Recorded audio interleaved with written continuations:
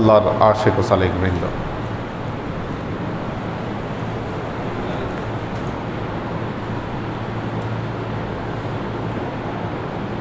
وقال رسول الله صلى الله عليه وسلم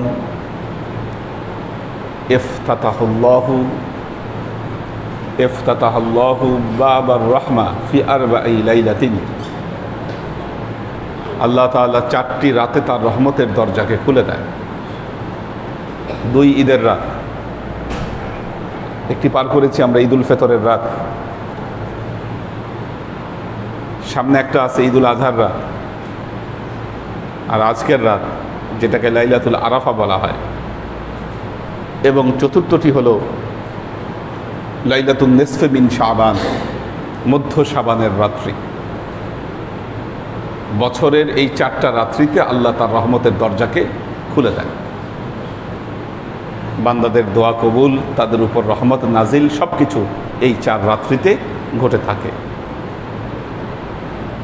আমাদের আজকের আয়োজন এই জন্য ওই মাসুক কোথা থেকে ব্যবস্থা করছে একটা কোরবানির, সেই হিসাবে আজকের এই আয়োজন।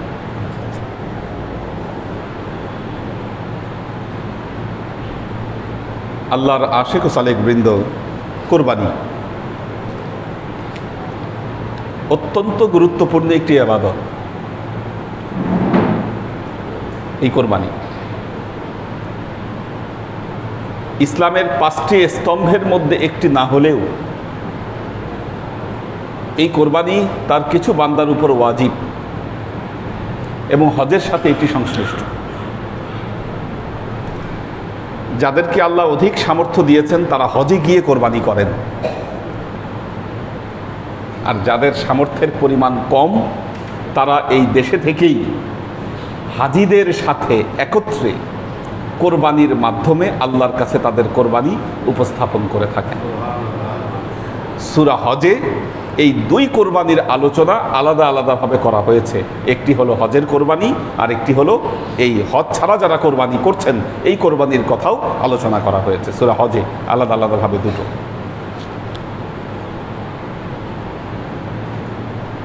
আউলিয়াগণ, বিশেষ করে খাজা মঈনুদ্দিন চিশতি রহমতুল্লাহ আলাইহির যে আসরারে হাকিকি আপনাদেরকে যেটি পড়াচ্ছি, সেখানে তিনি উল্লেখ করেছেন মানুষের ইবাদত কাল কিয়ামতের আগে আগে মানুষের ইবাদত এটি ফর্মালিটিসের মধ্যে সীমাবদ্ধ হয়ে যাবে। ইবাদতের মধ্যে প্রাণ থাকবে না, ইবাদতের মধ্যে যে ইবাদতের উদ্দেশ্য এটা থাকবে না, শুধুমাত্র ফর্মালিটিসপূর্ণ ইবাদত হবে। নামাজ এটাও হবে ফর্মালিটিস, রোজা এটাও হবে ফর্মালিটিস, লোক দেখানো এবং একটা শোডাউন এই জিনিসটা বেশি থাকবে। কোরবানি এমন একটি ইবাদত যার মাধ্যমে বান্দাকে তার নিজের নফসকে কোরবানি করে দিতে হয়।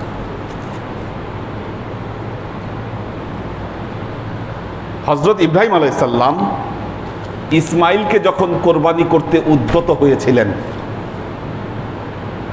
তিনি জানতেন না যে হযরত ইসমাইল কোরবানি হবেন না, এটা তিনি জানতেন না।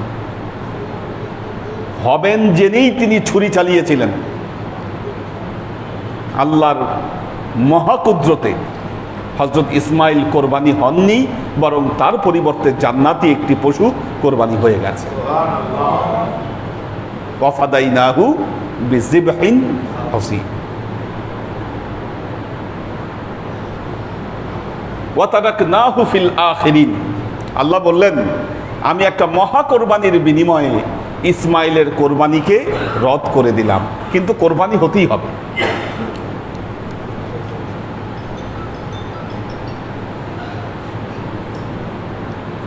হযরত ইসমাইল আলাইহিস সালামের এই কোরবানি পরবর্তী জামানায়, ওয়া তারাকনাহু ফিল আখিরিন, আমি পরবর্তী জামানার জন্য এটা রেখে দিলাম। এই কোরবানি এসে পড়ে হযরত আব্দুল্লাহর উপর, কারণ হযরত আব্দুল মুত্তালিব তিনি আল্লাহর কাছে এই মানত করেছিলেন, আল্লাহ যদি তাকে 11টা সন্তান দিয়ে দেয়, একটি সন্তানকে আল্লাহর রাস্তায় তিনি কোরবানি করে দিবেন। মানত করেছিলেন।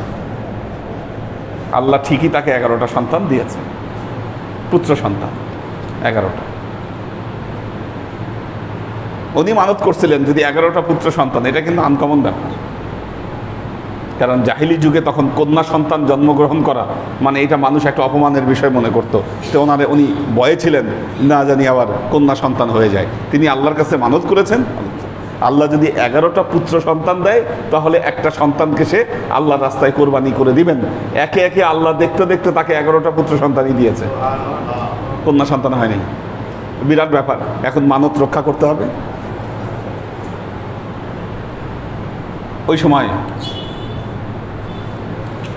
লটারির ব্যবস্থা ছিল। এখন উনি 11 সন্তানের মধ্যে লটারি করলেন, হযরত আব্দুল্লাহর নাম আসলো। 2বার 3বার যতবার লটারি করেন সববার আব্দুল্লাহর নাম আসে। আব্দুল্লাহ হচ্ছে সবচেয়ে ছোট সন্তান। এখন উনি চিন্তা করলেন তাহলে আব্দুল্লাহর কোরবানি কিভাবে রদ করা যায়।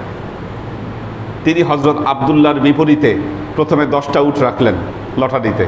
তখনও হযরত আব্দুল্লাহর নাম আসলো। 20টা 30টা এইভাবে যখন 100টা কোরবানি, 100টা উট আব্দুল্লাহর বিপরীতে রাখলেন, 100টা উটের বিনিময়ে আল্লাহ তাআলা হযরত আব্দুল্লাহর কোরবানিকে রদ করে দিলেন। তার মানে হযরত আব্দুল্লাহর কোরবানি রদ করার জন্য 100টা উট কোরবানি করতে হয়েছিল।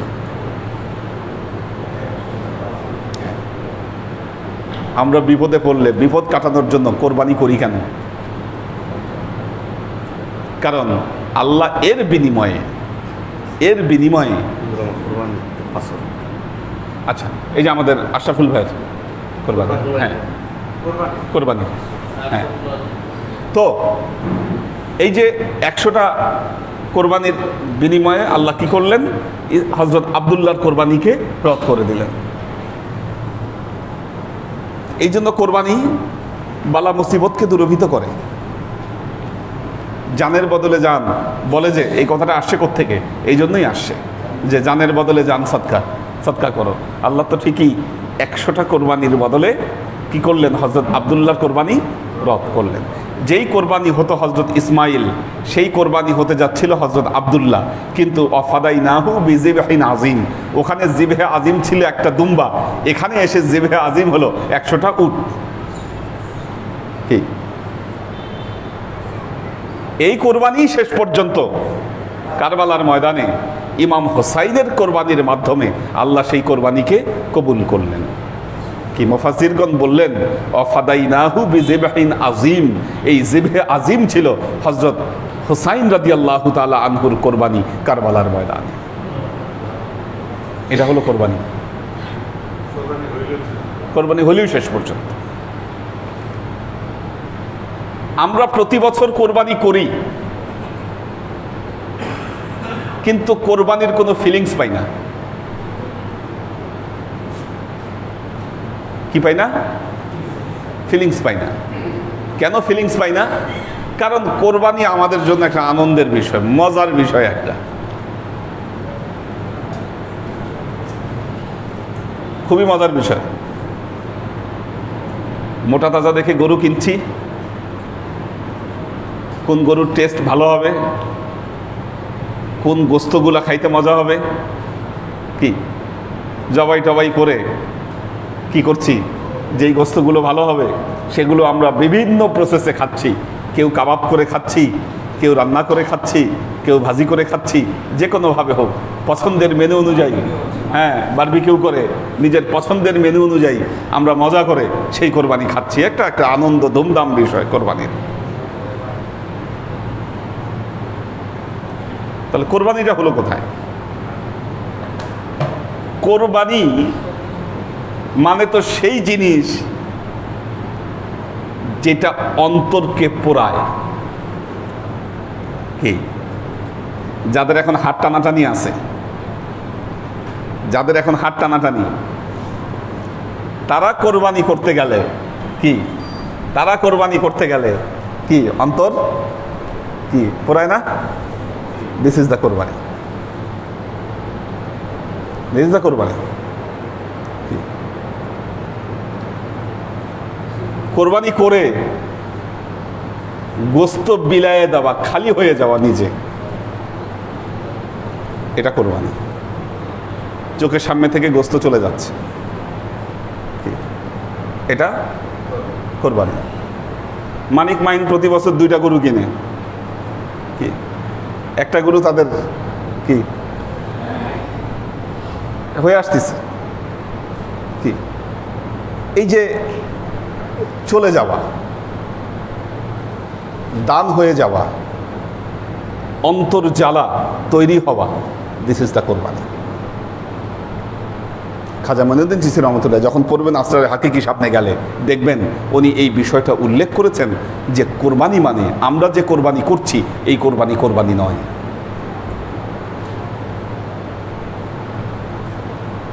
এই কোরবানি কোরবানি নয়।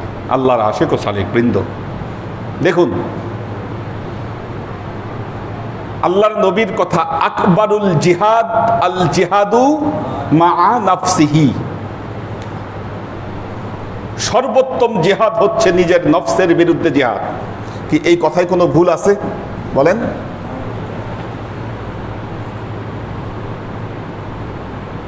নিজের নফসের বিরুদ্ধে একমাত্র সালেকরাই জিহাদ করে থাকেন। প্রত্যেক সালেক তার মনের বিরুদ্ধে তিনি যুদ্ধে লিপ্ত। প্রত্যেক সালেক তার মনের বিরুদ্ধে তিনি যুদ্ধে লিপ্ত। আল্লাহ তার নবীকে বলছেন সূরা আহজাবে, আন্না ফীকুম রাসূলুল্লাহ লাউ ইউতিউকুম কাসীরাম মিনাল আমরি লাআনিতুম। আল্লাহ বললেন তোমরা যদি মনে করো তোমাদের নবী তোমাদের কথা অনুযায়ী চলবে, তোমাদের কথা শুনবে, তোমরা ধ্বংসপ্রাপ্ত হবা।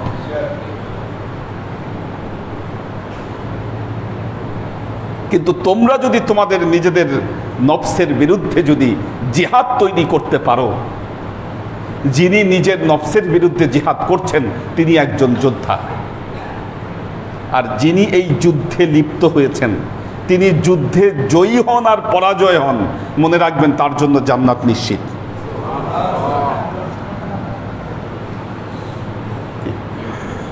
জয়লাভ করেন আর আপনি হারান। জয়লাভ করলে কি হবে? জয়লাভ করলে আপনার প্রাপ্তি হবে বিরাট। এই প্রাপ্তি সবাই লাভ করতে পারে না, কিন্তু আপনি যদি পরাজয়ও লাভ করেন আপনার ন্যূনতম প্রাপ্তি হবে জান্নাত। এই জন্য দ্বীনের পথের সালেক ছাড়া একটি কথা মনে রাখবেন, এই মর্যাদায় কেউ উপনীত হতে পারে না। একজন মুরিদ ছাড়া এই মর্তবায় কেউ উপনীত হতে পারে না, অসম্ভব ব্যাপার।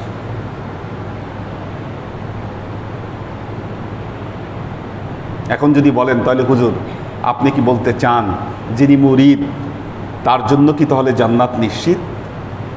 একজন মুরিদ যদি তার নফসের বিরুদ্ধে সাধনায় লিপ্ত থাকেন তার জন্য জান্নাত ইনশাল্লাহ নিশ্চিত। এই জন্যই আমাদের মরহুম মুর্শিদ টেবিলে বাড়ি দিয়ে বলতেন তোমরা ক্লাস করো আর তোমরা জান্নাতে চলে যাও। কোনো মানুষ পৃথিবীতে মনে রাখবেন দোষ ত্রুটির ঊর্ধ্বে নয়। কি আপনি সাধু সেজে জান্নাতে যেতে চান? কে আছেন সাধু সেজে? আল্লাহর সামনে সাধু সেজে জান্নাতে যাবেন কে? সে হচ্ছে বড় হিপোক্রাইট যে এই কাজ করতে চায়। কি ফেরেশতা সাজতে চান? মানুষ ফেরেশতা সাজে, ফেরেশতা সাজে। কবি হাফিজ এই জন্য বলতেছেন, ইমামে মসজিদ খুদাস মালাকাশ মি গোয়াত কাউলে মান হামিনাস কে উ আদম নিস। বলতেছে মসজিদের ইমাম সাহেব টোপকা টাপকি লাগায় সে প্রমাণ করতে চাচ্ছে সে ফেরেশতা, সে মানুষ না।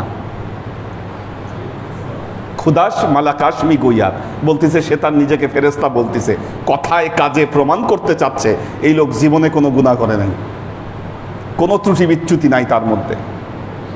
হাফিজ বলতেছেন কাউলে মান হামিনাস কি ও আদম নিস, বলতেছে আমার কথাও তাই, এই লোক আসলে মানুষই না, এই মানুষই না, মনুষ্যত্বের কোয়ালিটি নাই। তো আপনি সাধু সেজে জান্নাতে যাবেন কি? ভেতরে কতটুকু আপনি সাধু নিজেকে প্রশ্ন করেন। সাধু সেজে জান্নাতে যাওয়া যাবে না। আল্লাহর আশিক ও সালেক বৃন্দ, জান্নাতে যাওয়ার সর্বোত্তম রাস্তা, আল্লাহকে অর্জন করার সর্বোত্তম রাস্তা একজন পীরের গোলামি করা।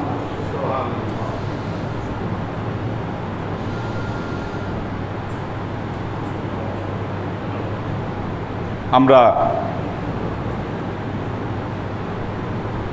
গত সোমবারে একটা ক্লাস করেছি ইয়াংদেরকে নিয়ে। সেখানে কিছু ফাইন্ডিংস, কিছু সামারি, কিছু ফাইন্ডিংস দেখুন। এক সময় আল্লাহ নবীর সময়ে কোনো মাদ্রাসা ছিল না, মাদ্রাসা ছিল না আল্লাহ নবীর সময়। নবীর দরবারে সবাই আসতো, আল্লাহ নবী জুমার খুতবা দিতেন, এইভাবে বসে আলোচনা করতেন। কি এই ছিল ওই সময়ের শিক্ষা ব্যবস্থা।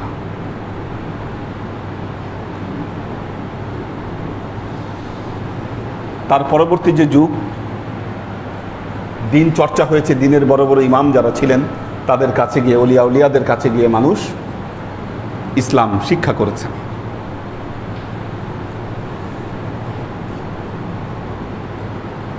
কিন্তু মাদ্রাসা ব্যবস্থা যে ছিল তা নয়। তারপরের যুগে মানুষের জ্ঞান অর্জনের একমাত্র মাধ্যম ছিল সফর করা। এনারা সফর করতেন, বিভিন্ন এই অলিয়া উলিয়া এবং নাম করা যে ব্যক্তিবর্গ আছে তাদের সাহচর্য লাভ করতেন এবং সেখান থেকে জ্ঞান অর্জন করতেন। এটাই ছিল জ্ঞান অর্জনের মাধ্যম। খাজা মঈনুদ্দিন চিশতি রহমতুল্লাহ আলাই 20 বছর সফর করেছেন। শেখ সাদি 30 বছর সফর করেছেন। আল বিরুনি, তাকে বিরুনি বলা হয় কেন? তিনি জন্মস্থানের বাইরে বাইরে কাটাই দিয়েছেন, এই জন্য বলে বিরুন। বিরুন মানে হচ্ছে বাহির। উনি ওনার জন্মস্থানে থাকেন নাই, এই সফর করতে করতে কাটিয়েছেন। কি উনি দীর্ঘ সময় এই ভারতবর্ষে ছিলেন। উনি ভারতবর্ষের বিভিন্ন জায়গা আল বিরুনি সফর করছেন এবং তার লেখা দুটো বই, কেতাবুল হেন্দ, একটা বই লেখা আছে তার, কেতাব আল হেন্দ, এটা কম্পারেটিভ রিলিজিয়নের উপরে লেখা। এই ভারতবর্ষের যে বিভিন্ন ধর্মগুলো উনি ঘুরে ঘুরে এই ধর্মের উপরে তিনি আলোচনা করেছেন। ইবনে সিনা, আবু আলী সিনা, তিনিও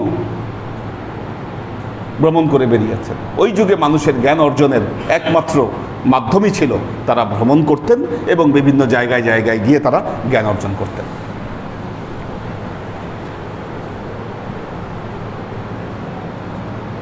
আব্বাসিয়া আমলের শেষের দিকে বেশ কিছু মাদ্রাসার পরিচয় পাওয়া যায়। নেজামিয়া মাদ্রাসা একটা ছিল, সেখানে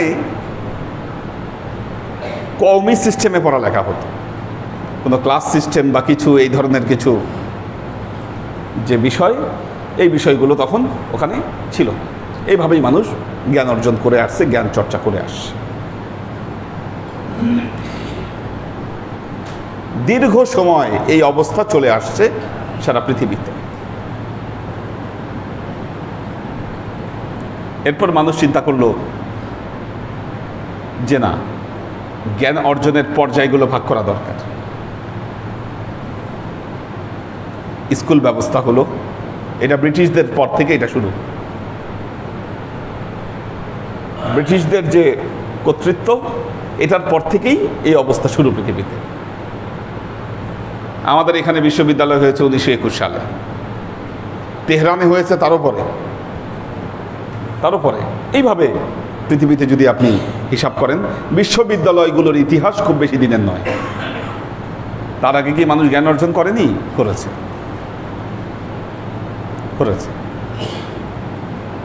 পৃথিবীতে সভ্যতার আবির্ভাব এবং পরিবর্তন যুগে যুগে মানুষকেও পরিবর্তিত হতে হয়েছে। এই পরিবর্তন মানে মৌলিক পরিবর্তন নয়, এই পরিবর্তন হচ্ছে মেথডের পরিবর্তন, এটা মনে রাখবেন। মেথডকে পরিবর্তন করলে কি হবে? মেথডকে পরিবর্তন করলে আপনি এর দ্বারা উপকৃত হবেন। কারণ পৃথিবীর সভ্যতাও দেখেন, সভ্যতা পৃথিবীকে নতুন দিগন্ত দেখিয়েছে।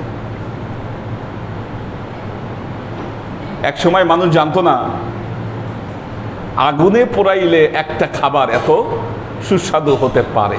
এক সময় তো কাঁচাই খাইতো মানুষ সব কিছু, গোস্তও কাঁচা খাইতো, কারণ আল্লাহ তখন ওই দাঁতের পাওয়ারও দিছিল এরকম, হজম শক্তিও ছিল এরকম মানুষের, কি কাঁচা খাইলে সব হজম করে ফেলতে পারতো, কাঁচাই খাইতো মানুষ। এরপর যখন আগুন আবিষ্কার করলো মানুষ, তখন বুঝলো যে না, এই আগুন ব্যবহার করলে, আগুনে পোড়াইলে নরম হয়ে যায়, স্বাদ হয়, অন্যরকম অবস্থা। না, মশলা দিত না, চেঞ্জ আসলো। তারপর মানুষ চাকা আবিষ্কার করলো। চাকা চাকা তো পৃথিবীতে একটা বৈপ্লবিক পরিবর্তন এনে দিল, বিরাট চেঞ্জ চাকা। হযরত নূহ আলাইহিস সালামের যুগ থেকে মানুষ নৌকা, পানিপথ ব্যবহার করতে শিখল। দেখেন, তার আগ পর্যন্ত তারা এই পানির যে ব্যবহার করা যায় এটা জানতো না তারা। হযরত নূহ আলাইহিস সালামের সময় থেকে শিখলো এটা, যে না, পানি দিয়ে নৌকাও চালানো যায়, যোগাযোগ ব্যবস্থা পৃথিবীর অনেক সহজ হয়ে আসলো। হযরত দাউদ আলাইহিস সালামের সময় থেকে মানুষ লোহা আবিষ্কার করলো, লোহা ব্যবহার করতে শিখলো। তার আগ পর্যন্ত শুধু পাথরই ব্যবহার করত। লোহা যখন ব্যবহার করলো, আগে যখন মানুষ যুদ্ধ করত ওই লাঠির আগায় পাথর বেঁধে এরপর এরা যুদ্ধ মারামারি করতো লাঠি দিয়া। লোহা আবিষ্কার করার পর এই তলোয়ার, ছুরি, এগুলো ব্যবহার করতে শিখলো। মধ্যযুগ পর্যন্ত চলেছে এই অবস্থা, কিন্তু পৃথিবীতে বিরাট পরিবর্তন এনে দিয়েছে।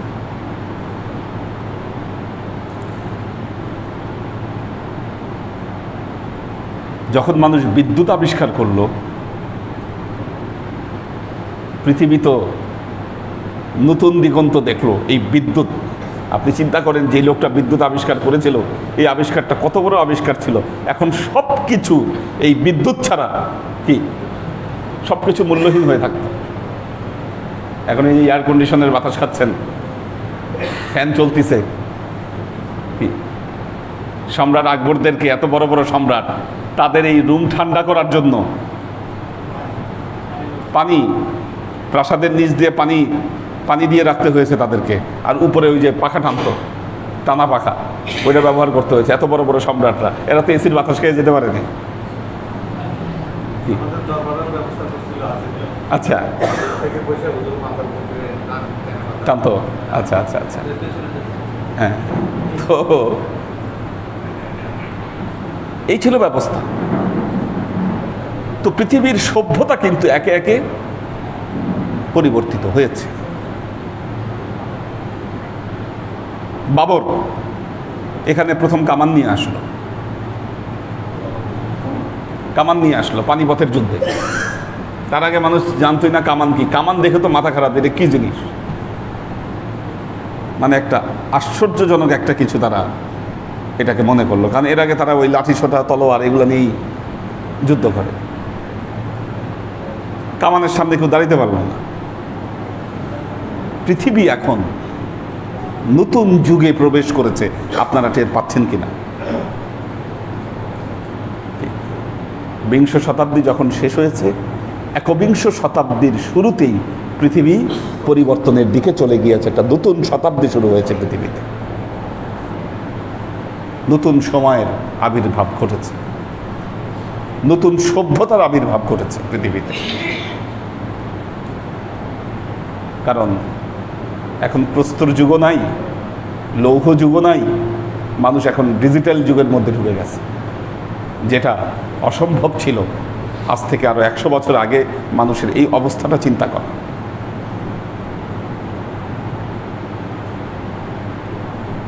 আমাদের বাসায় যদি প্রথম কম্পিউটার নিয়ে আসে, মদিন ভাই কম্পিউটার কিনে দিয়েছিল।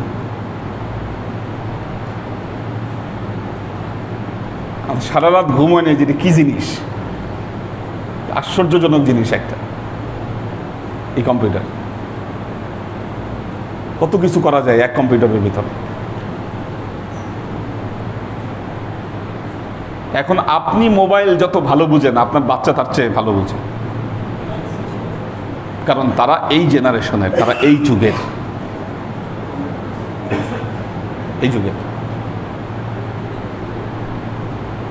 2018 বা 19-এ আমি ইরান গিয়েছিলাম, মনে আছে কিনা, 1 মাসের জন্য, সম্ভবত 18 অথবা 19 হবে।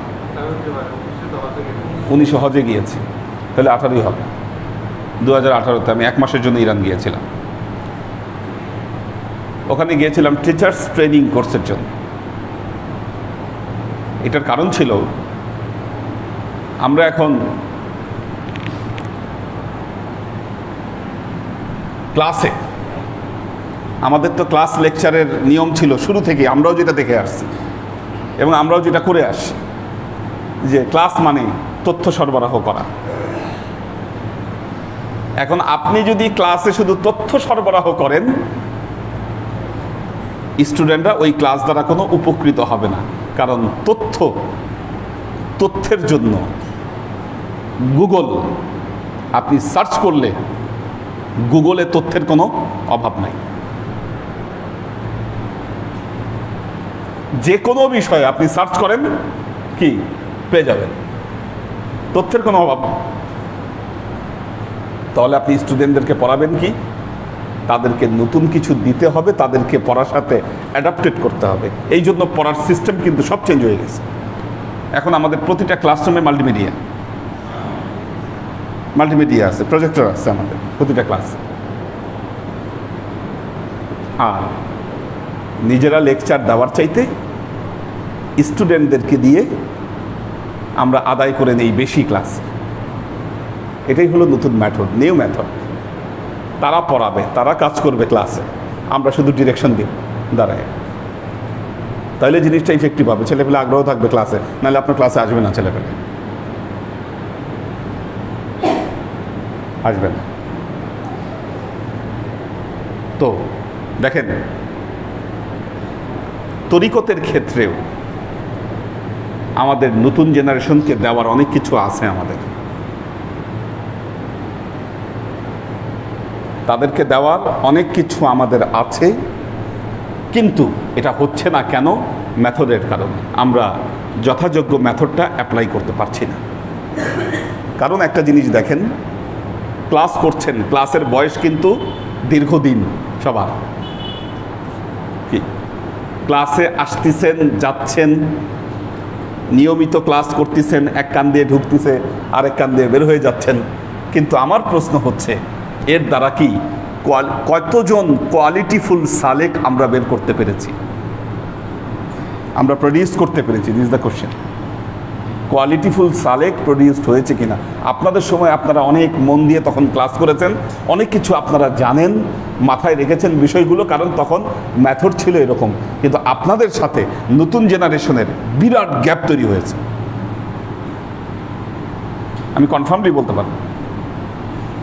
আপনারা যতটুকু শিখেছেন, আপনারা লিখেছেন অনেক কিছু, কি ওই জায়গা থেকে অনেক তথ্য বের হয়ে আসতেছে, গুরুত্বপূর্ণ তথ্য আমরা পাচ্ছি সেখান থেকে। কিন্তু নিউ জেনারেশন হচ্ছে না। তার কেন হচ্ছে না? কারণ আপনারা সামাজিক যোগাযোগ মাধ্যম এগুলোর সাথে আপনারা এত অ্যাডাপ্টেড তখনও ছিলেন না, এখনও নাই। কিন্তু তাদের তো অবস্থাটা অন্যরকম, তাদের অবস্থাটা অন্যরকম। সুতরাং আমাদেরকে নতুনভাবে সব কিছু চিন্তা করতে হবে, এর কোনো বিকল্প নাই, এর কোনো বিকল্প নাই।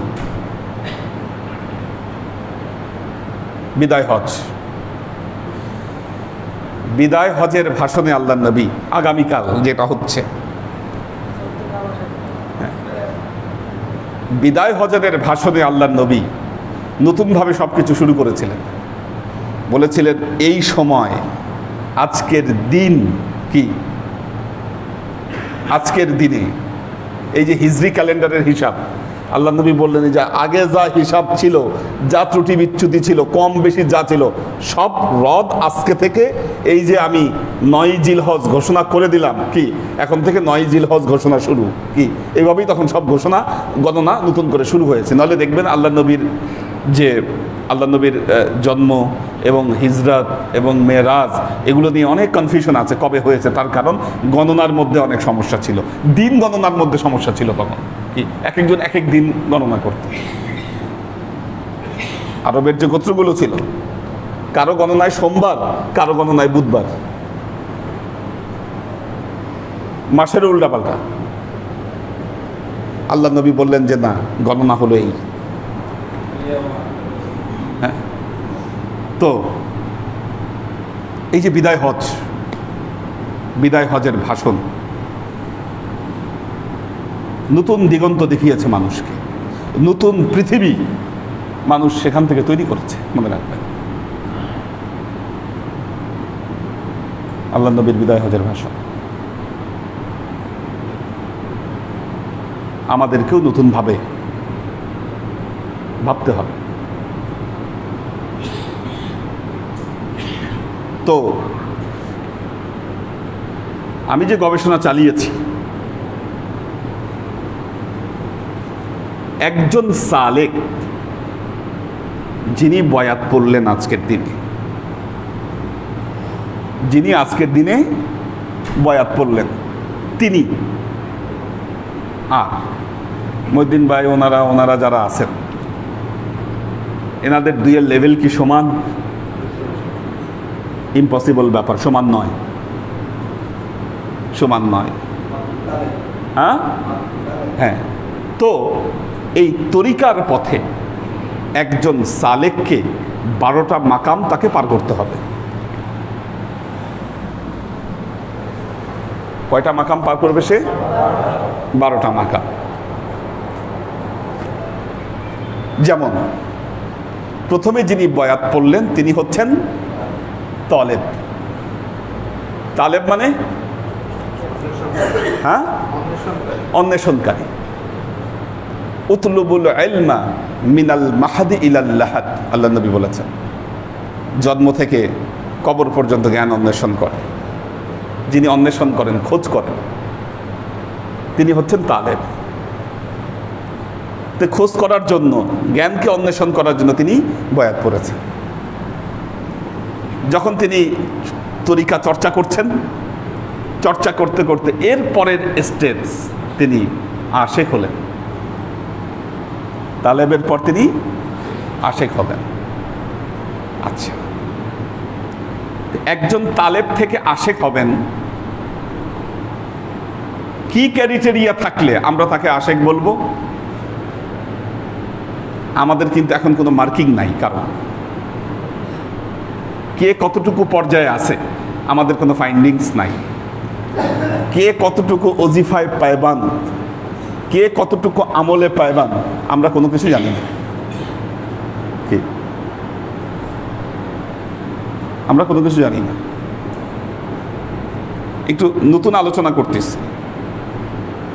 সেই জন্য যিনি তালেব, তিনি যদি আশেক হতে চান, তাকে কমপক্ষে 3টা কোর্স করতে হবে।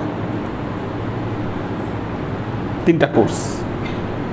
তার মধ্যে একটা কোর্স হলো কোরআন পড়া, তাকে শিখতে হবে। কি, যিনি কোরআন পড়তে পারেন না তিনি আশেক হতে পারবেন না, তিনি তালেবেই থেকে যাবেন।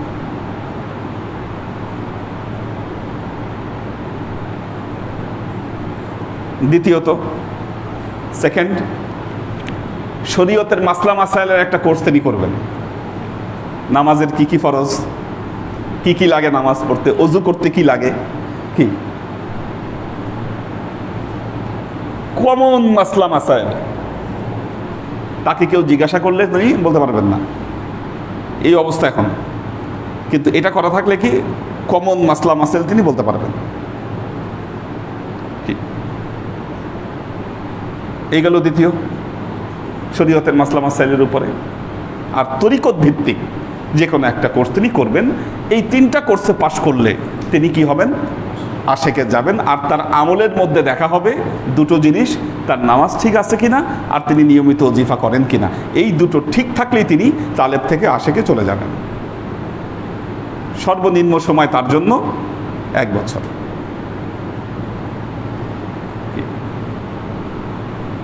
একটা সিলেবাস থাকবে, কারিকুলাম থাকবে। কেন বলছি? তার কারণ হলো আপনাদের ছেলেদেরকে আমি কোনো ক্লাসে বসাইতে পারি নাই, কিন্তু মেয়েদের উপরে এটার অ্যাপ্লিকেশন চলছে এবং এটার ফলাফল অনেক ভালো। কীরকম ভালো? এখানে মেয়েরা যারা কোরআন ক্লাস করেছে তাদের অনেকেই এখন কোরআন ক্লাস করাচ্ছে। 4-5 জনের আমি রেফারেন্স দিতে পারবো যারা কোরআন বাইরে পড়াচ্ছে এবং মোটামুটি ভালো তারা সুনাম অর্জন করেছে। তাহলে দেখেন উপকারটা কোথায় হচ্ছে।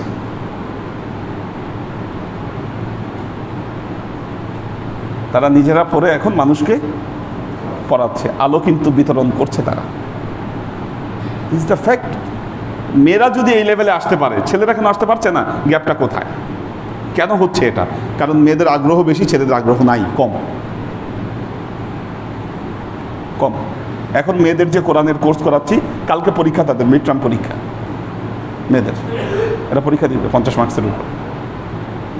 আর এটাতে এরা অ্যাডভান্স কোর্স তো 20 জন করে পার ক্লাসে, 20 জনের বেশি না।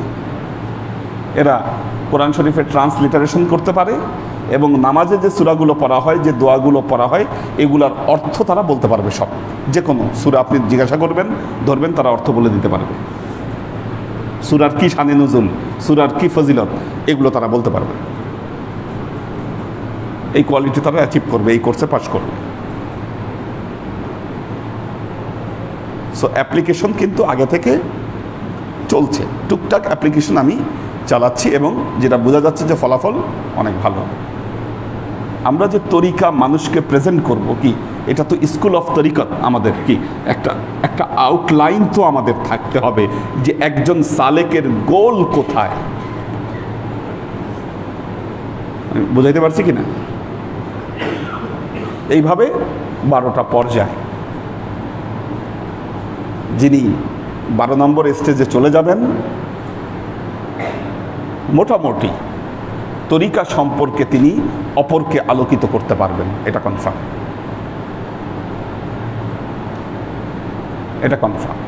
গেল। সেকেন্ড থিং, এখানে যারা সালেক আছেন তাদের মধ্যে বয়সের একটা গ্যাপ আছে। বয়সের একটা বিরাট গ্যাপ আছে। হ্যাঁ, তো বয়সের গ্যাপ থাকার কারণে সব কিছুতে একটা গ্যাপ পড়ে যায়, একসাথে মার্চ বা রান করতে পারছে না।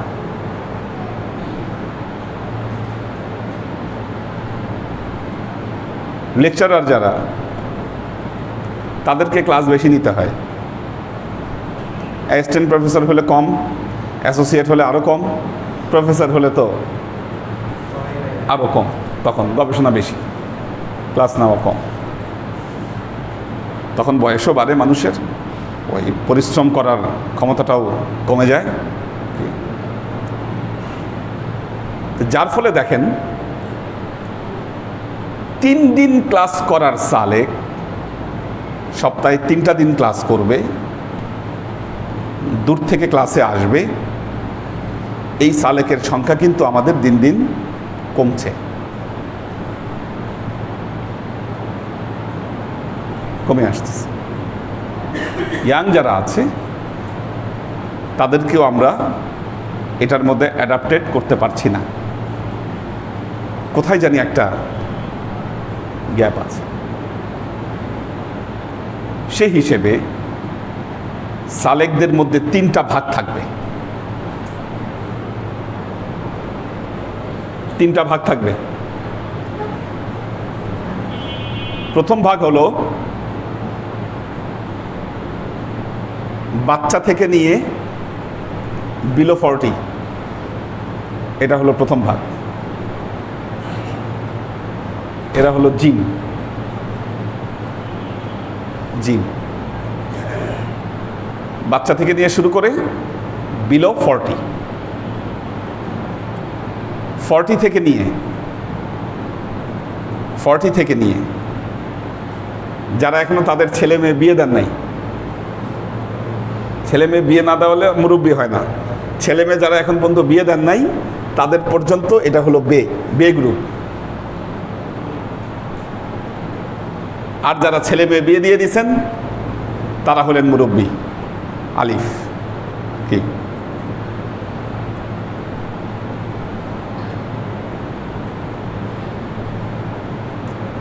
এই 3টা গ্রুপে বিভক্ত থাকবে। আলাদা আলাদা 3টা গ্রুপ যদি রান করানো যায়, আচ্ছা, তারপরে পার গ্রুপে ধরেন জিম গ্রুপ, জিমে মানুষ সংখ্যা বেশি হলো, 30 জনের অধিক হলে তারা আলাদা গ্রুপ হবে। আবার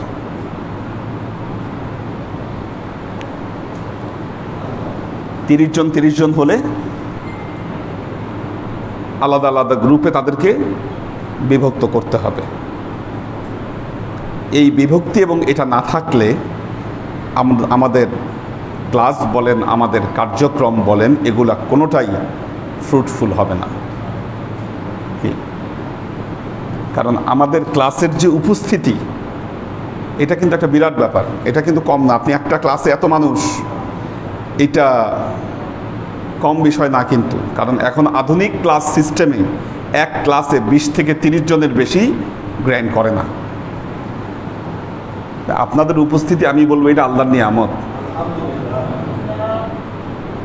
কিন্তু আমরা যদি ফ্রুটফুল করতে চাই জিনিসটা, আমাদেরকে চিন্তা করতে হবে, আমাদেরকে ভাবতে হবে নতুন করে। কাজেই এই 3 গ্রুপের 3টা লিস্ট আপনারা করবেন।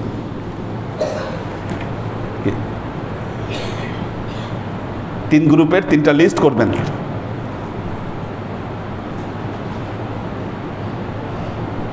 হাজিরা ক্লাসের এত বড় হাজিরা খাতা আর এত নাম,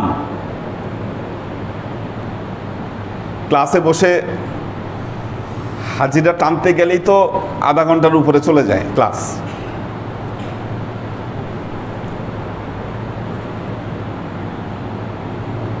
আর কয়েকজন ছাড়া নির্দিষ্ট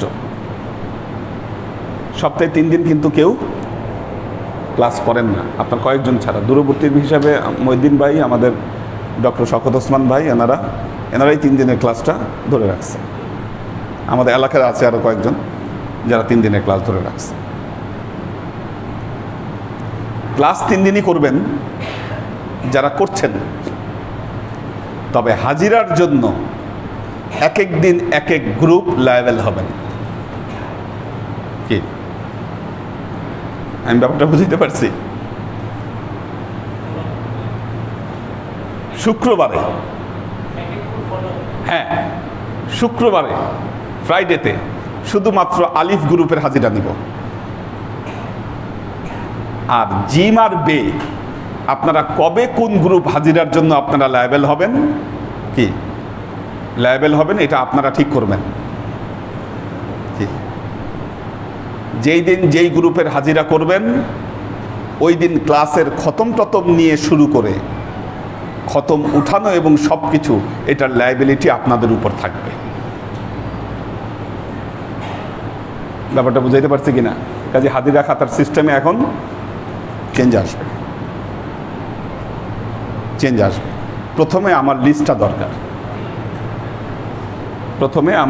দরকার। আমি দায়িত্ব দিয়েছি, এক এক গ্রুপকে এক একটা দায়িত্ব দিয়েছি, যারা নাম লিস্ট করবে। হ্যাঁ 36 জন বে গ্রুপের তৈরি হয়েছে। আপনাদেরটা আপনারা করেন। এইভাবে মনিটরিং করা পসিবল হবে, মনিটরিং করা সম্ভব হবে, এবং আমাদের যে আদার্স কার্যক্রমগুলো, এগুলো আমাদের সহজ হবে। আমি সিলেবাসটা তৈরি করে ফেলবো আশা করছি। এটার যে টোটাল ইয়াটা আমি আপনাদেরকে দেখাবো। আসলে এই জন্য আমাদের ক্লাসে প্রজেক্টর লাগবে। ক্লাস সিস্টেমগুলা, কোর্সের ক্লাসও কিছু হবে, কমন হবে কিছু, দুইভাবেই হবে। নাহলে এটা আমার দায়িত্ব কিভাবে আপনাদেরকে আমি ওই পর্যায়ে নিয়ে যাব।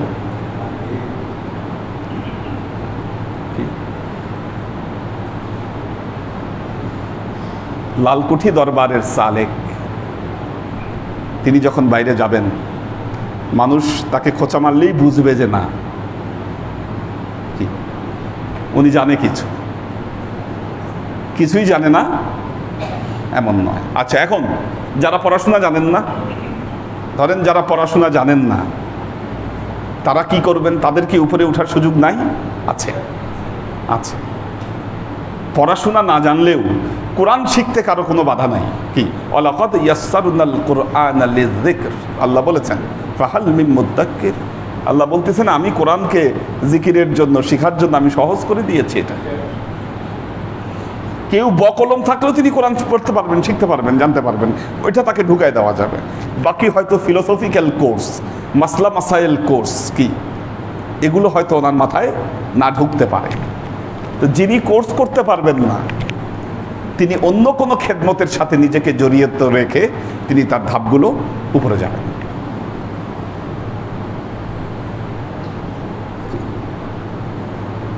আমরা ওজিফার বই করতে চেয়েছি, পারিনি এই কারণে, এটার জন্য হয়তো থেমে আছে।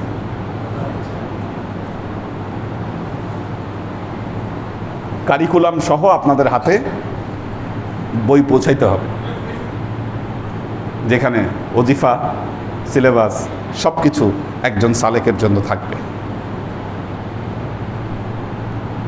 বুঝাতে পারছি কিনা?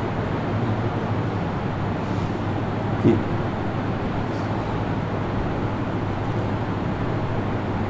তো আল্লাহর আশিক ও সালেক বৃন্দ,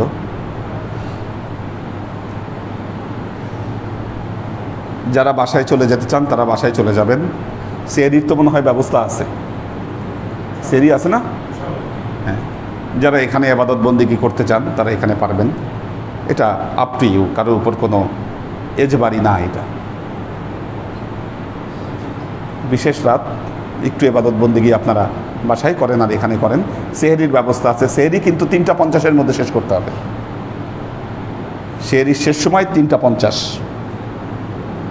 এরপর থেকে ফজর রক্ত শুরু হয়ে যাবে। তো এই বিষয়ে আর কারো কোনো কথা আছে কিনা, বা কি মনে করেন আপনারা? বলেন। আমি তো আমার এটা করতে হবে, আমি এছাড়া আমি কোনো উপায় দেখছি না। হ্যাঁ হ্যাঁ, দায়িত্ব একজনকে দেওয়া। হ্যাঁ হ্যাঁ হ্যাঁ, একজনকে অ্যাপয়েন্ট করতে হবে এগুলো কার্যক্রম করার জন্য, মিটিং করা বা বিভিন্ন করা। ঠিক আছে, এটার জন্য তো প্রস্তাব করা হয়েছিল। তো মাসুককে শুরু করো, আমি কাজ বুঝাই দিবনি তোমার কি করতে হবে। তো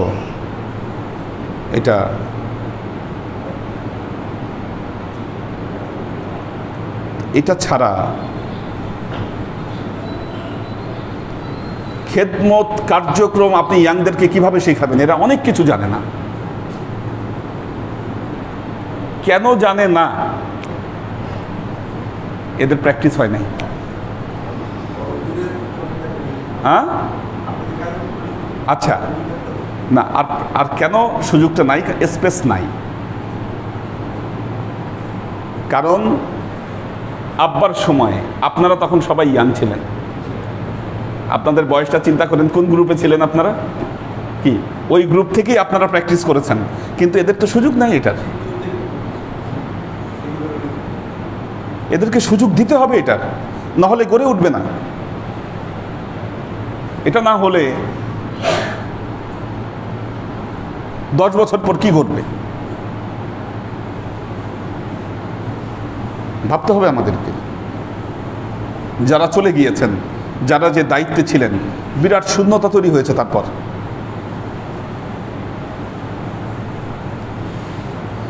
কিন্তু কেন? এটা একটা বড় ফ্যাক্ট। দেখা যাক আমাদের পরিকল্পনা এবং বাস্তবায়ন এটা কতটুকুতে যায়, এটা কতটুকুতে যায়। ইয়াংদেরকে দিয়ে অনেক কাজ করাইতে হবে, দায়িত্ব কাঁধে দিতে হবে, না হলে হবে না।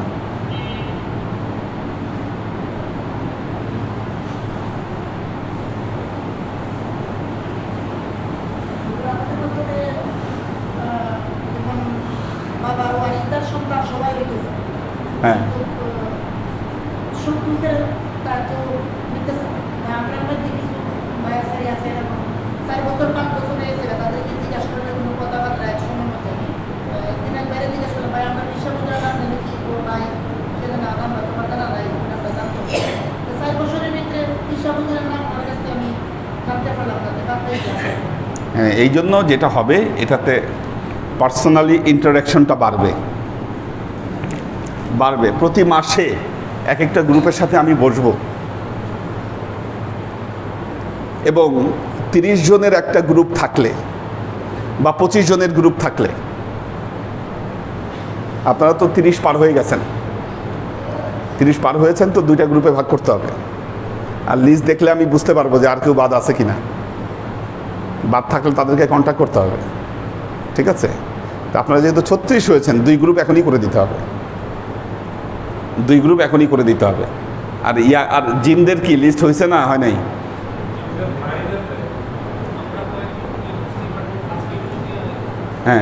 হ্যাঁ, এটা করতে হবে। আমরা এটা নিয়ে, আর আপনারা তো আলিফ যেটা সেটা তো করতে বললাম, ঠিক আছে? এখান থেকে অনেক কিছু বের হয়ে আসবে। হ্যাঁ, এই মইদ্দিন ভাই আছে, আর কে? মইদ্দিন ভাইয়ের সাথে আর কে? হ্যাঁ, আপনি থাকবেন, ঠিক আছে, ঠিক আছে। এবং আপনারা হবেন শুক্রবারের লাইভেল, শুক্রবার আলিফের জন্য শুক্রবার দিলাম।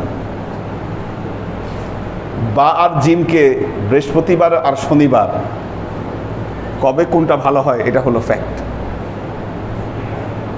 এটা হলো বিষয়, ঠিক আছে? কি? হ্যাঁ, হ্যাঁ,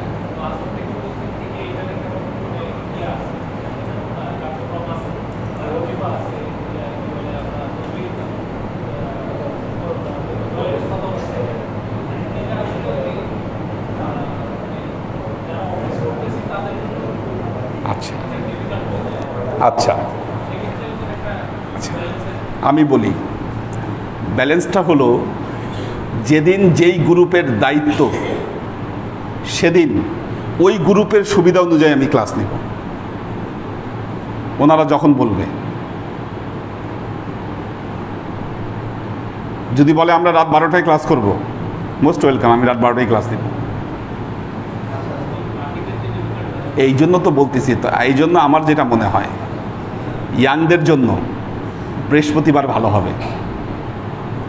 কেন বৃহস্পতিবার ভালো হবে? শুক্রবার বন্ধ, হলিডে, স্কুলও বন্ধ থাকবে অনেকেরই। এই গ্রুপে অনেক স্কুল স্টুডেন্ট আছে, ঠিক আছে, স্কুলের স্টুডেন্ট আছে। আর আসরে এখন তো আসলে ওইভাবে হাজিরা হয়ও না, আসরে হয় না।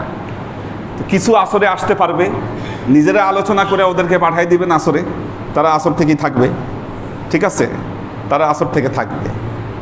আর বের জন্য শনিবার সুবিধা হতে পারে, তার কারণ হচ্ছে শনিবার অনেকের বন্ধ, অফিস বন্ধ থাকে, অনেকের অফিস বন্ধ থাকে। আর আলিফে যেহেতু বয়স্করা আছে, দূর দূরান্ত থেকে আসে, ওনারা মূলত শুক্রবারই আসেন। অনেকেই আছে যারা শুধু শুক্রবার আসেন, যেমন আমাদের ডক্টর শফিক ভাই আছেন, ডক্টর শফিক ইঞ্জিনিয়ার, তারপরে আলী আকবর ভাই আছেন, হ্যাঁ, আক্তারুজ্জামান ভাই আছেন, সরওয়ার্দী ভাই আছেন, কি এনারা কিন্তু শুক্রবারই করেই ক্লাসে আসেন। সব গ্রুপের মডারেটর বা সমন্বয়ক মহিউদ্দিন ভাই হচ্ছে মেন, এটা মডারেট করবেন, সমন্বয়ে রক্ষা করবেন। আবার গ্রুপ বেশি হলে, যেমন বাইয়ের মধ্যে যদি দুই গ্রুপ হয়, এই দুই গ্রুপের সমন্বয়ক আবার একজনকে দিব দায়িত্ব, যিনি অ্যাক্টিভ। এটা আমি লিস্টটা পাইলে দেন আমি সিস্টেমটা করে দেব।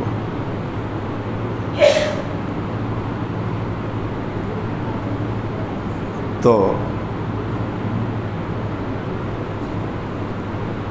এক এক গ্রুপ এক একটা, যেমন আমাদের খানু ভাই তো এখন মুরব্বী গ্রুপে পড়ে গেছে, সে মেয়ে বিয়ে দিয়ে দিছে, মুরব্বী গ্রুপ। হ্যাঁ, আশরাফুল ভাইও মুরব্বী গ্রুপ, উনি আলিফে পড়ে গেছে। মিজান ভাই বে গ্রুপে আছে। যারা মেয়ে এখনো বিয়ে দেয় নাই, ছেলে মেয়ে বিয়ে দেয় নাই, তারাই বিয়ে দিয়ে দিলেই আলিফ। ঠিক আছে, সেটাতে আলিফ। হ্যাঁ, তো এতে কন্ট্যাক্টটা বাড়বে,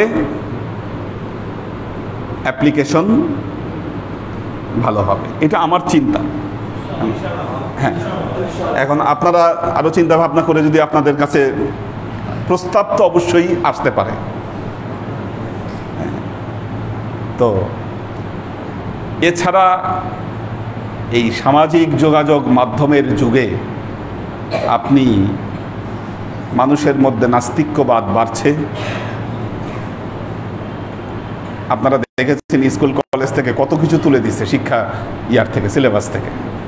কোথায় যাবে ছেলে বলেন? কাজী আমাদেরকে গ্যাপটা পূরণ করতে হবে। No way.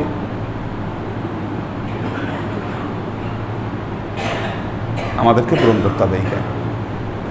আল্লাহ আমাদেরকে তৌফিক দান করুন। দেখি কারা আছে ক্লাসে।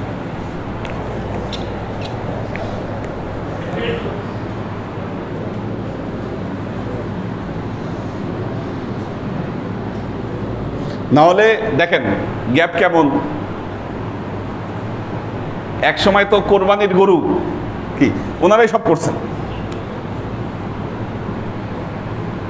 হাটে যাওয়া দেখা। ইয়া ভাইয়ের কি অবস্থা! ইয়া ভাইয়ের ছেলেরা কেউ আসছে, আজকে আসেন, ওই যে আসছে একজন, উনি হাঁটতে পারে না, এই অবস্থায় উনি গেছে কোরবানির হাটে। মনে আছে কিনা, ওইবার গিয়ে উনি অসুস্থ হয়ে পড়ছিল কোরবানির হাটে গিয়ে। ওই অবস্থা যাওয়াটা ঠিক ছিল না, কিন্তু মনের জোরে উনি গেছে। এটা তো আসলে, কিন্তু এখন ওনাদের যে গ্রুপটা, ওনাদের গ্যাপটা আমি হারে হারে অনুভব করছি। আমি যখন দায়িত্ব নিয়েছি, নেওয়ার পরে বিশ্বাস করেন এই দরবার নিয়ে আমার কোনো চিন্তাই করতে হয়নি, কারণ আমার মাথায় ছিল এনারাই সব সামলাবে। তাই হয়ে আসছে, আমাদের চিন্তা ভাবনা কিছু করাই লাগে না। কিন্তু এখন দেখতেছি যে না, যদি চিন্তা না করি, যদি নতুনভাবে, তাহলে অনেক বড় একটা গ্যাপ তৈরি হবে সেটাকে। কারণ যুগ চেঞ্জ হয়ে গেছে, জগৎ পরিবর্তন হয়ে গেছে, ঈমান আমলের প্রতি মানুষের আগ্রহ কমে গেছে।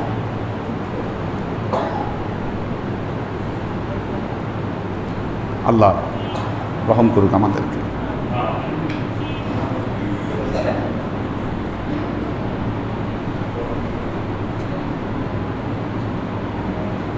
মোহাম্মদ সিয়াম হোসাইন,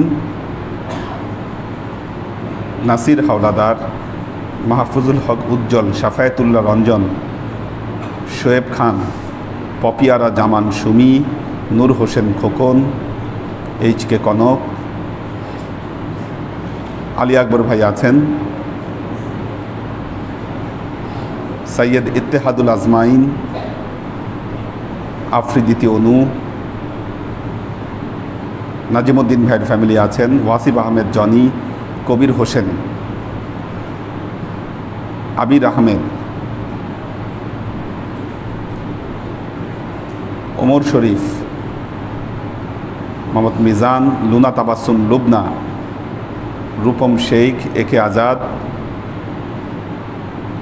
কামরুল আনাম, সাইম আহমেদ,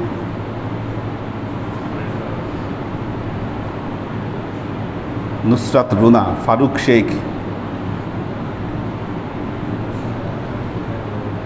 শেখ মুম্বাই থেকে, টিটু খান,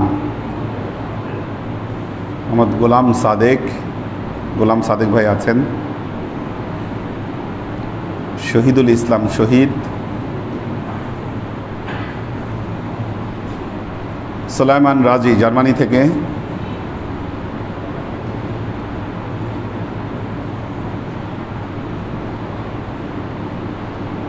ও জার্মানিতে স্যাটারডেতে ঈদ হবে, শনিবারে ঈদ জার্মানিতে, আমাদের রোববারে। সালাউদ্দিন সাদিফ,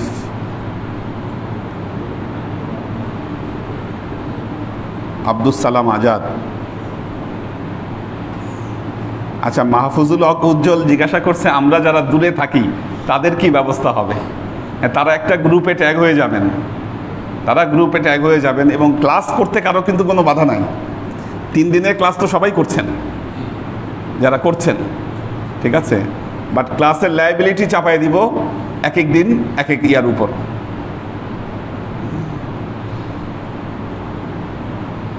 নাহার খান, তাওহিদুল ইসলাম তৌহিদ, সাগর সরকার। আল্লাহ সবাইকে ভালো রাখুন, সুস্থ রাখুন।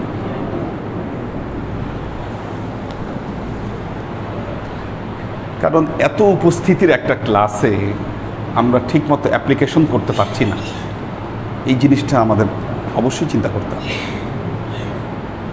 ফিডব্যাক বের করতে হবে।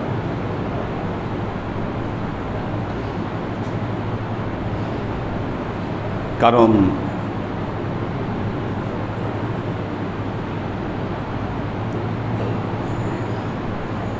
যারা এই যে ধরেন মানুষের ঘরে ঘরে মেরাজে যাচ্ছে, কোরআন পড়াচ্ছে, ইসলামের বিভিন্ন কমিউনিটি থেকে তারা এই জিনিসগুলো করছে, আমাদের ছেলেমেয়েরা কেন পারবে না? মেয়েরা কিন্তু জায়গাটা কভার করেছে, কিন্তু ছেলেরা পারছে না। আর পারছে না এই কারণে জেনারেশন গ্যাপের কারণে সম্ভব হচ্ছে না। বাচ্চাদেরকে দিয়ে যতটা করানো সম্ভব, এদেরকে যেমনি গড়ে তোলা সম্ভব, এই ব্যাপারে এক্সপার্ট করে দেওয়া সম্ভব। কোরআন শেখানো এবং সহি শুদ্ধভাবে শেখা। আগে তো একরকম কোরআন পড়লেই হইতো, এখন তো মানুষ এটা গ্রাইন্ড করে না। এবং অনেকেই জানে কোরআনের আপনার কোথায় একফা করতে হবে, কোথায় এজার হবে, এগুলো সব জানে এখন। কোথায় ইদগাম হবে, কোথায় গুন্না হবে, কোথায় হবে না, এগুলো এখন অনেকেই জানে। সো এই জায়গাটা মেকআপ করতে হবে। এখন ধরেন যারা বে গ্রুপে আছে তারা চিন্তা করে আলিফের এই ফলাফাইন এদের সাথে আমি শিখব বা আমার এই কোর্স করব, আমি গ্যাপ দেখেন, জেনারেশন গ্যাপ, এটাকে মেকআপ করতে হবে।